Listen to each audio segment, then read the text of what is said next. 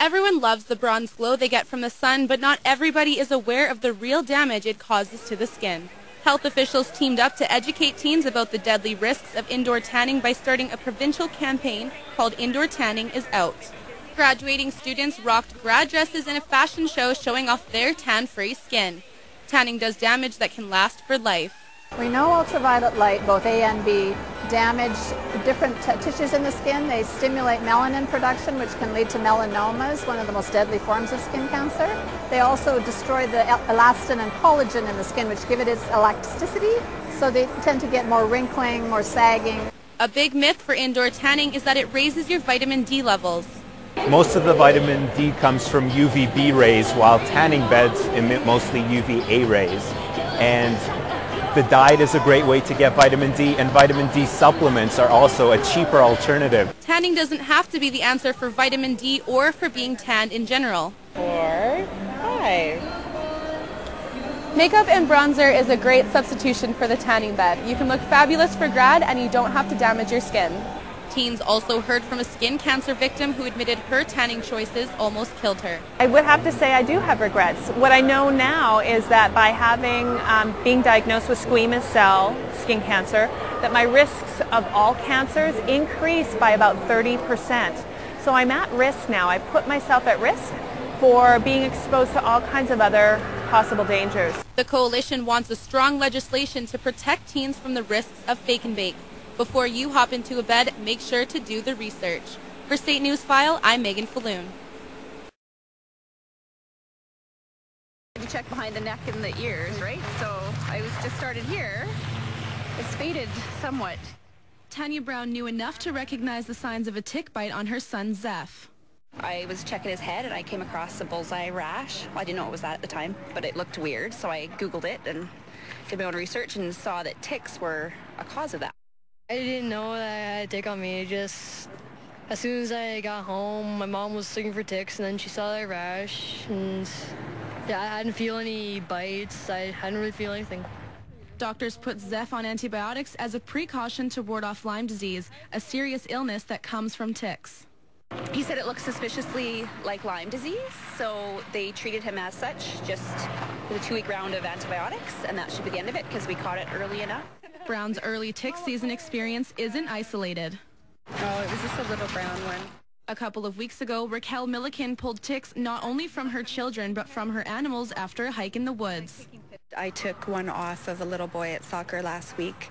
It was stuck in his head, pulled that off with the tweezer, and then his mom found another one on his head that night. So there are definitely a lot out there. Health authorities have just put out a warning to alert those heading outdoors because tick bites can make you sick.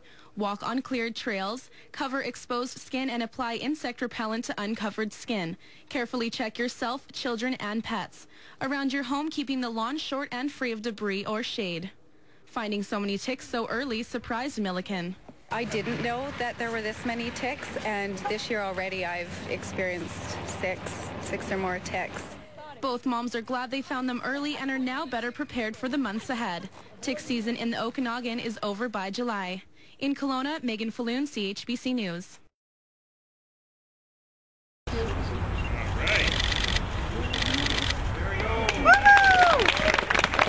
The ribbon cutting marked the official opening of the East Village Experience Center, the first step to the full revamp of East Village.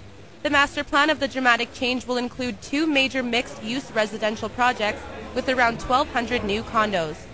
Gateway, The Crossing, River's Edge, and Parkside are the 4 areas that make up East Village.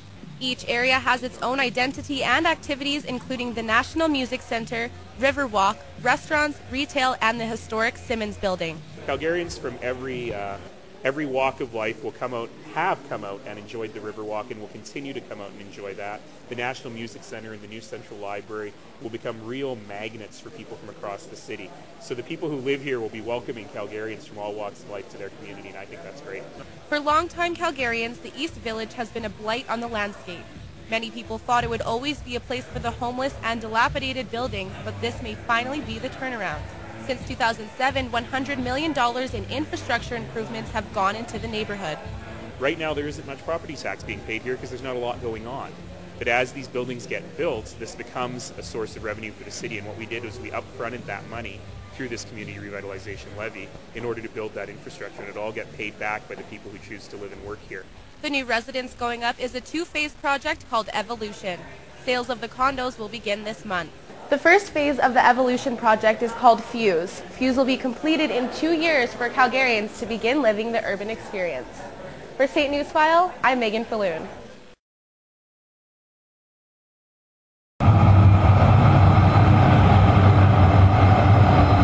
Heart of the New West is one of the ways to describe our city. Number 5 on the list of best places to visit for 2012 is another. CNN International ranked Calgary number 5 of the 7 best places to visit this year. This is the third time in 3 months CNN profiled Calgary from a tourism perspective. Calgary also ranked number 5 on the 15 places to party list in October. The website says with cost of transportation and accommodation, travel choices are far from unlimited. I think 2012 is a really exciting time for Calgary. Being Cultural Capital of Canada is going to be a big win for us, the 100th anniversary of the Calgary Stampede, and tons of new experiences for people to explore, so hopefully you'll invite your friends and family to come see us. There's no question that one of our main tourist attractions is the Calgary Stampede. Calgary was singled out because of the 100 years of unique Western heritage and centennial celebrations. Rodeos, chuck wagons, nightlife, and the whole spirit of the Stampede is what makes the annual event so special. I like it because everybody can just go out and have fun and experience Calgary because it has the cultures and where we came from. Being ranked 5th in the world for 2012 creates an urgency for tourists to come to Calgary now. We might have cold winters, but we will always have a warm, welcoming culture. Calgary suffers some of the worst winters in the world, but we do offer some of the best Western culture in all of Canada. For St. Newsfile, I'm Megan Falloon. For people who don't go to the downtown area often, our city center can be difficult to navigate. The Wayfinding project is direction for people in motion and is now on the city's to-do list before summer. Wayfinding includes maps, signs, and other graphics used to communicate locations and directions in our city center. It's been nearly a decade since our current wayfinding system was updated. It was just something that we've got so many things on our plate. It was something that we hadn't really thought about. I know some people in the planning department had been considering it. The funding wasn't available. But I think it took the public embarrassment of some of our really outdated signs for us to look at a whole new system. Calgary becoming a tourist hotspot for 2012 gave the city more incentive to start updating the signs for this year.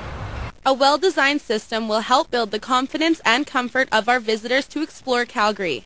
The more comfortable tourists feel, the more time they will spend exploring the downtown core. This will support local businesses and contribute to the vibrancy on the streets.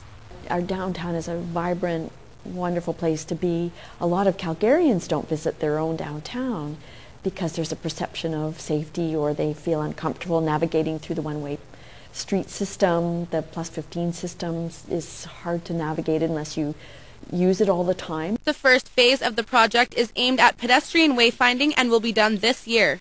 The second phase is for vehicles and will be looked at in the future. For St. Newsfile, I'm Megan Falloon.